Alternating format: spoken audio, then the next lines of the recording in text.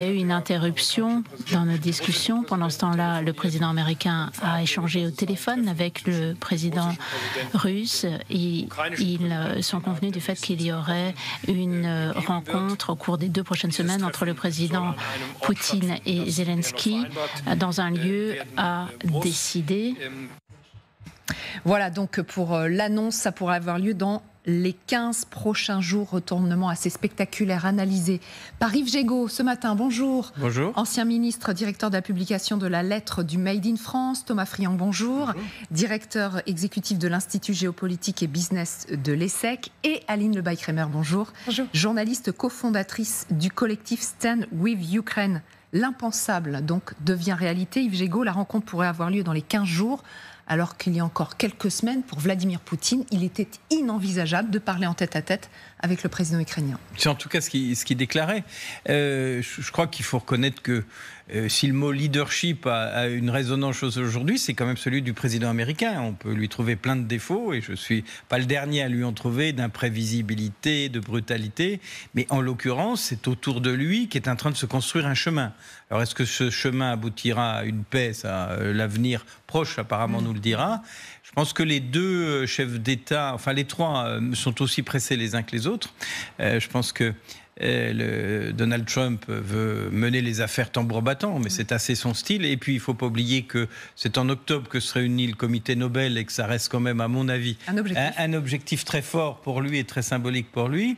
Je pense que le chef, que Zelensky voit bien les difficultés et les tensions, et que s'il faut en sortir, il y a un créneau qui s'est ouvert, et que le fait qu'il ait été accompagné par les Européens le sort d'une forme de solitude, peut-être, dans laquelle on pouvait imaginer qu'il se serait enfermé. Et puis le président russe, il a perdu. Faut dire les choses. Enfin, quelqu'un qui déclarait en 3 semaines je serai à Kiev, 3 ans et demi après il gagne quelques centaines de mètres quand tout va bien. Il n'a pas gagné en tout cas sur ce sujet. Et là aussi, je pense que le deal économique qui a pu se faire en Alaska, sans qu'on le sache, que les difficultés économiques de la Russie peuvent jouer aussi. Il faut être très prudent, hein. C'est une analyse aujourd'hui. Peut-être que dans 15 jours, on dira que tout ça était inimaginable, comme on le dit. En tout cas, on est sur l'ouverture d'un chemin qui pourrait mener à la paix, et qui pourrait mener, en tout cas, au cessez-le-feu et à l'apaisement des tensions. Si c'est le cas, il faudra rendre à Donald Trump ce qu'il a fait, c'est-à-dire un vrai leadership. C'est le leadership de Donald Trump. Justement, on va se rendre à Washington, rejoindre notre correspondante Sophie Chevallereau. Est-ce que cette rencontre, donc Poutine-Zelensky, c'est au président américain qu'on la doit ? Oui, le président américain travaille désormais donc sur cette organisation d'une rencontre entre Vladimir Poutine et Volodymyr Zelensky. Sans lui, sans Donald Trump, lui les retrouverait plus tard lors d'un sommet à 3 cette fois-ci. En tout cas, c'est l'idée. Il dit en avoir parlé avec Vladimir Poutine durant un échange téléphonique de 40 minutes lors de sa réunion avec les dirigeants européens.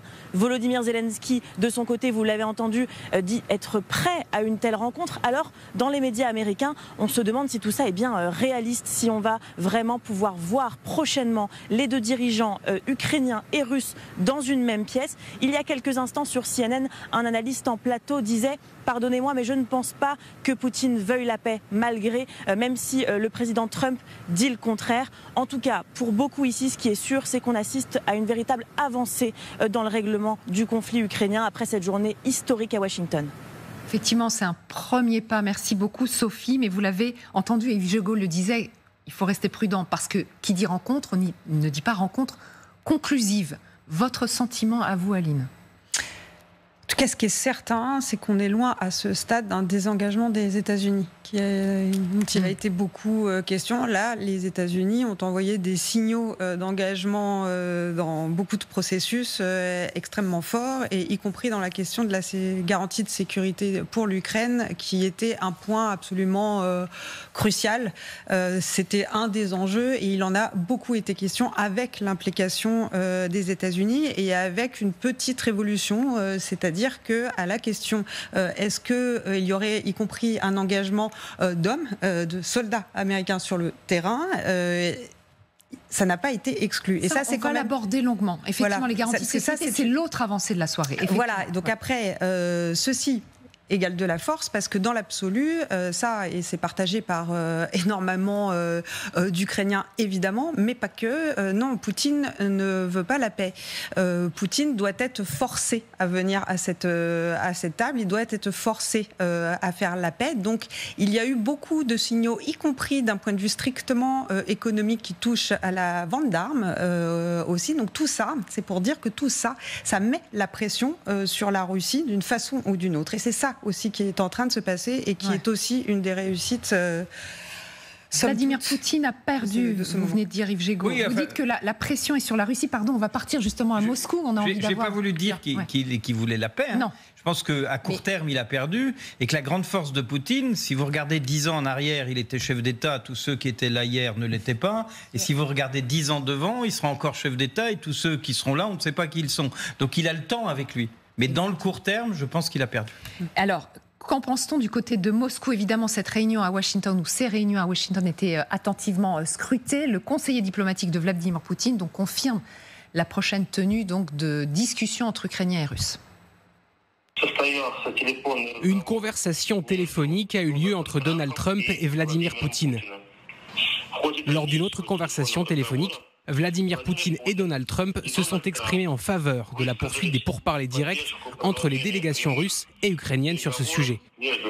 La conversation a été franche et très constructive. Et donc, qu'est-ce qu'on dit du côté de Moscou? Jérôme Garraud, bonjour. Merci d'être en direct ce matin avec nous. Comment est-ce que cette future rencontre Poutine-Zelensky est commentée en Russie? Bonjour Magali, bonjour à tous. Alors quand on reprend la communication de cette nuit, la communication du Kremlin, si on la prend précisément, il est dit que Vladimir Poutine est d'accord pour poursuivre des négociations directes entre Ukrainiens et Russes avec des délégations d'un plus haut niveau. Il n'est pas dit noir sur blanc que Vladimir Poutine va rencontrer Volodymyr Zelensky. Je précise cela parce qu'en général, la diplomatie russe est très technique dans ses déclarations. Donc, il y a eu un certain nombre de quiproquos ces dernières semaines et je pense qu'il faut rester encore assez prudent. Ce matin, il y a d'ailleurs un certain scepticisme de la part des Russes avec lesquels j'ai parlé. J'en ai pas trouvé un seul, d'ailleurs, me disant qu'il imaginait une paix prochaine pour plusieurs raisons. Et tout d'abord parce qu'il y a encore certains points à éclaircir. En premier lieu, les territoires ukrainiens qui seraient cédés à la Russie. On ne sait pas exactement ce qui a été négocié hier. Je vous rappelle que Moscou a quand même des exigences maximalistes. Les garanties de sécurité, ensuite, après la guerre, les garanties de sécurité pour l'Ukraine. Emmanuel Macron a reparlé hier de ce qu'il appelle la force de réassurance avec des soldats britanniques, allemands et français. Et hier également, les Russes ont redit qu'ils s'opposeraient à un texte prévoyant le déploiement de soldats de l'OTAN en Ukraine. Donc, vous voyez, il y a encore plusieurs sujets d'achoppement et jusqu'ici, les Russes sont restés assez fermes, assez rigides sur leur position quand même. Et c'est très intéressant. Merci beaucoup, Jérôme, parce que c'est un peu ce qui nous avait semblé en écoutant Yuri Outchakov. Il ne parle pas de Zelensky-Poutine. Non. Il parle d'une rencontre entre Ukrainiens et Russes. Est-ce que, du côté de Moscou, on peut préparer quelque chose qui ne serait pas tout à fait ce qu'on nous a vendu, c'est-à-dire qu'il n'y aurait pas de tête-à-tête entre les deux présidents? Oui, c'est hautement probable. Il faut toujours revenir à l'idée centrale que Poutine ne cherche pas à garantir la paix.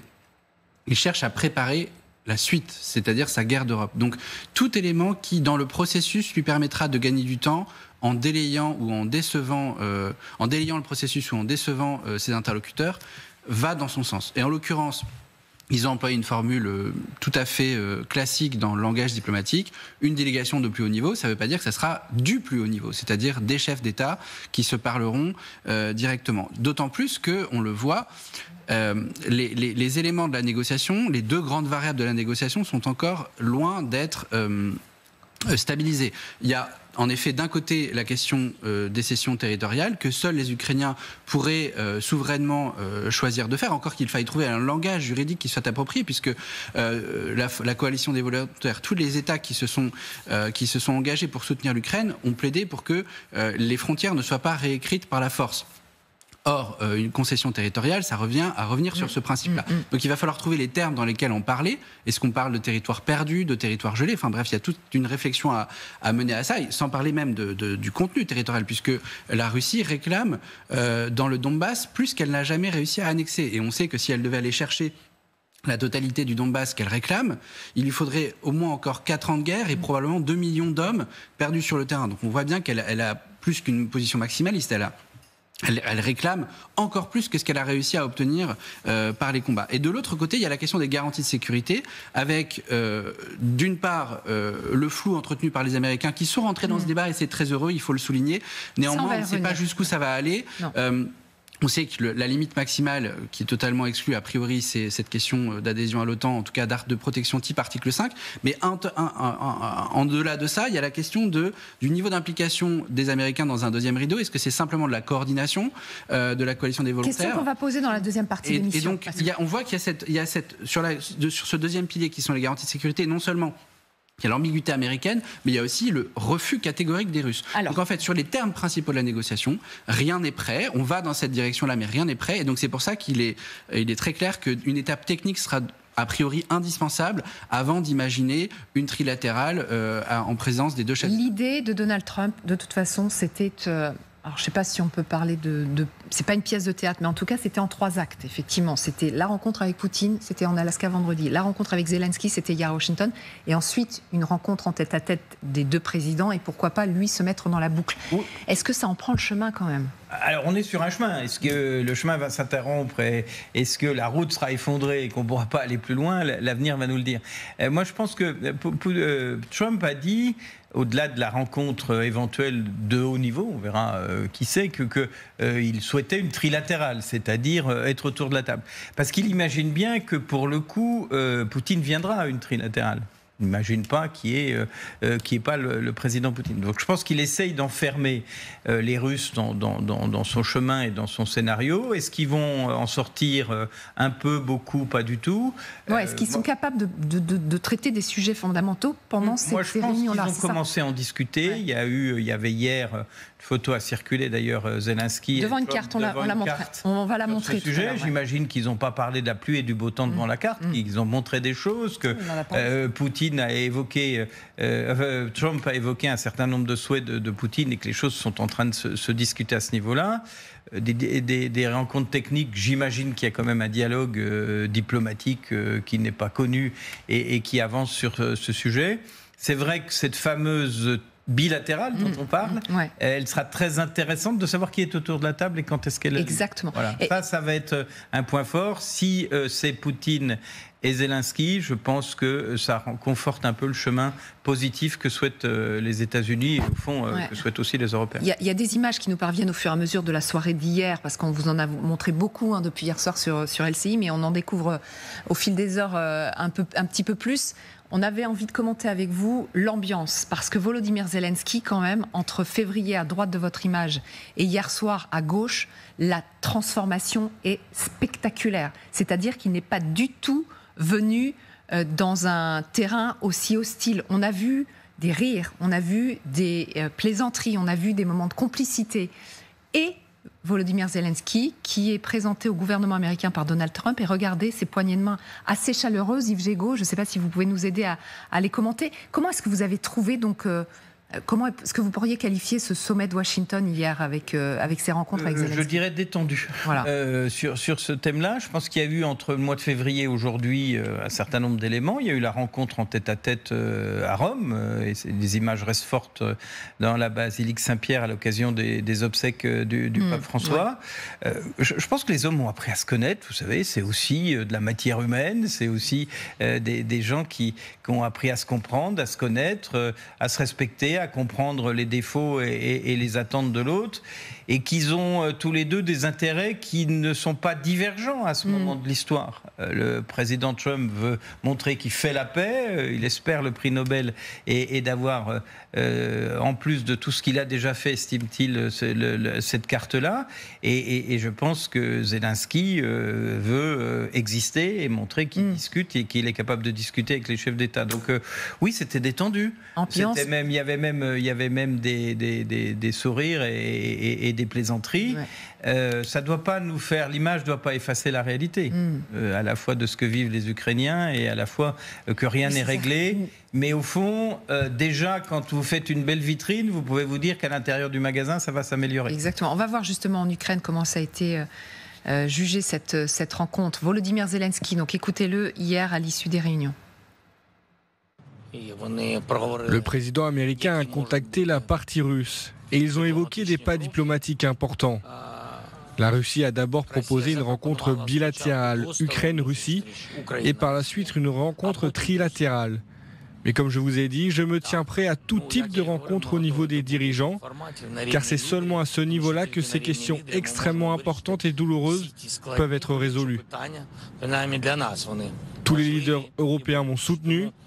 Nous sommes prêts à une rencontre bilatérale avec Poutine, mais nous espérons qu'il y aura aussi une rencontre trilatérale. Et Marianne Kotonov et Marine Truchot donc, nous attendent depuis l'Ukraine. Je ne sais pas si vous avez entendu une partie de nos débats. Marianne, il y a un instant, Yves Gégaud disait il y a les sourires, mais il y a la réalité du terrain. Vous allez pouvoir en témoigner, vous, de cette réalité du terrain, parce qu'il semble qu'il y ait quelques avancées hier à Washington. Et dans le même temps, eh bien, les Russes ont continué de frapper le territoire, une partie du territoire ukrainien au cours de la nuit. Oui, rien n'a changé sur le terrain. Hein. Les drones continuent d'arriver, les missiles balistiques aussi. Hier, dans la région de Kramatorsk où on est et de Sloviansk, eh bien, la nuit a été assez mouvementée, hein, beaucoup de frappes. Alors effectivement, vu d'ici, c'est ce qui s'est passé à Washington. Tout d'abord, il y a quand même un point positif, c'est que les Ukrainiens disent qu'en fait, Volodymyr Zelensky n'est pas tombé dans le piège. Ça, c'est déjà ça, et qu'il n'a pas trahi son peuple, vu qu'il n'a pas été en fait question d'un point essentiel qui est ce fameux échange de territoires, hein, parce que là où nous sommes à Kramatorsk, eh bien, ça fait partie de ces fameux territoires qui sont bien sûr dans le viseur de Vladimir Poutine. Donc ça déjà c'est un point positif. Ensuite concernant l'espoir et ce qui va se passer derrière, ça c'est beaucoup plus mitigé parce que les Ukrainiens comme ils sont échaudés par tout ça, hein, il y a eu plusieurs rounds de négociations qui n'ont abouti à rien. Alors oui, parler de la sécurité de l'Ukraine après c'est très bien, mais il faudrait parler de la sécurité de l'Ukraine maintenant. Or il n'y a toujours pas de cessez-le-feu en vue. Les bombardements se poursuivent. Hier encore, c'était Kharkiv qui était visé par une frappe importante avec 5 morts. Et c'était des civils. Donc vous voyez bien que ça, tout continue. Et puis, surtout, les Ukrainiens ici n'ont aucune confiance dans la parole de Poutine. Donc quand on parle effectivement eh bien, d'un document dans lequel la Russie se dirait ne plus envahir l'Ukraine, ne plus menacer l'Ukraine, ils n'y croient pas du tout parce qu'ils savent que Poutine à chaque fois a trahi sa parole. Donc voilà, après sur la rencontre entre Poutine et Zelensky, tous disent ici que c'est quand même un peu compliqué vu que la Russie traite Volodymyr Zelensky de cocaïnomane, que pour toute l'Ukraine, Vladimir Poutine est un criminel de guerre. C'est sûr qu'on ne part pas avec les meilleurs auspices. Alors bien sûr, ici, on voudrait qu'il y ait la paix. Tous le disent, on attend la paix. On n'en peut plus de ces bombardements. On voudrait vivre en paix, que la vie reprenne son cours. Mais il y a toujours cette question des territoires qui n'est absolument pas réglée. Et là, eh bien, de nouveau, c'est l'inquiétude qui prédomine parce que les habitants ici, pour la plupart, certains disent nous, ce qu'on veut, c'est la paix. Et puis tant pis, que ce soit russe ou ukrainien, on veut bien du moment qu'on a la paix. Mais la majorité disent si ça passe sous pavillon russe, nous, on partira. Donc, on deviendra des réfugiés dans notre propre pays. Et ça, c'est difficilement acceptable. Merci beaucoup Marianne. Avec Marine Truchot, on vous retrouve évidemment un petit peu plus tard dans notre édition spéciale. On a encore pas mal de questions à vous poser. On entend quand même le scepticisme. À Moscou, on dit attention, on ne parle pas d'une rencontre Zelensky-Poutine directe.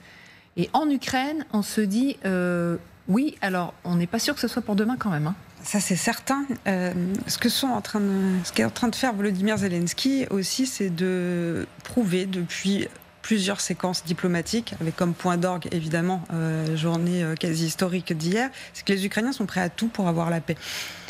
Sauf à abandonner des territoires et des gens, parce qu'il y a encore 250 000 personnes à cet endroit dans le Donbass. Dans le Donbass, qui au passage le poison qui est disséminé, qui est très peu évoqué, mais ça voudrait dire que les Européens seraient quelque part impliqués, donc complices, en tout cas symboliquement, je ne parle pas de juridique, mais symboliquement, dans l'idée de déplacement forcé de population sur le continent européen en 2025. Donc il y a un sujet quand même, mais très concrètement, d'un point de vue strictement politique, là, Volodymyr Zelensky, il pousse, il a accepté un cessez-le-feu inconditionnel. Et je ne sais pas si on se rend compte de l'effort que c'est. C'est un effort absolu que d'accepter de rencontrer Vladimir Poutine quand on est président de l'Ukraine après tout ce qui s'est passé.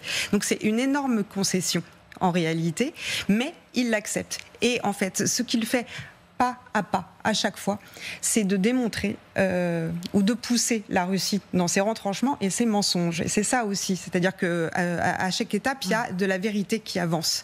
Et donc la vérité, après on verra bien ce qu'il se passe, mais ce qu'à ce stade... c'est que la Russie ne veut pas d'un cessez-le-feu.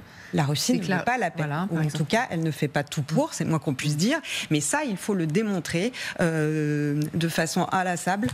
Parce qu'il y a une question de vérité et de mensonge dans cette guerre. C'est vrai qu'il y a un pas aussi. Je disais, il n'en était pas question de la part de Vladimir Poutine, qui n'a jamais voulu rencontrer.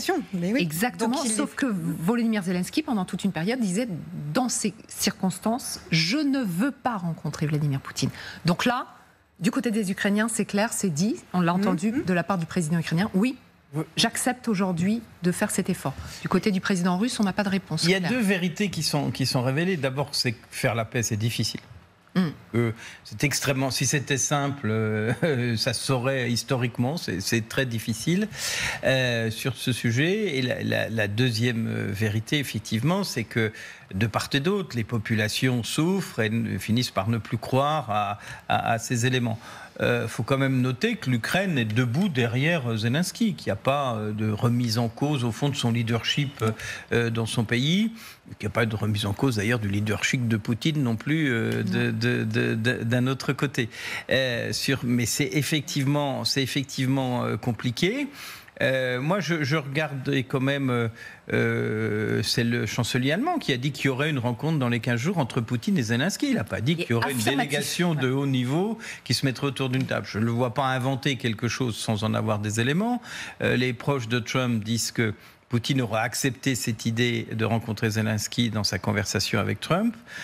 Tout ça sont des éléments de la psychologie des hommes. Il faut prendre l'aspect psychologique. C'est pas que des monstres froids, il y a aussi la psychologie, l'affect, il y a beaucoup de choses qui peuvent jouer dans cette affaire. Moi, je pense que les yeux dans les yeux entre Poutine et Zelensky peut déclencher des choses. Je ne dis pas que ça peut rendre Poutine, encore une fois, Poutine à court terme, je pense qu'il a plutôt intérêt à aller dans le sens qui est souhaité aujourd'hui. À moyen et à long terme, il faut avoir aucune confiance dans sa capacité à faire tout le contraire de ce qu'il aura dit aujourd'hui. Mais il y a une question de timing. Il y a une question de timing.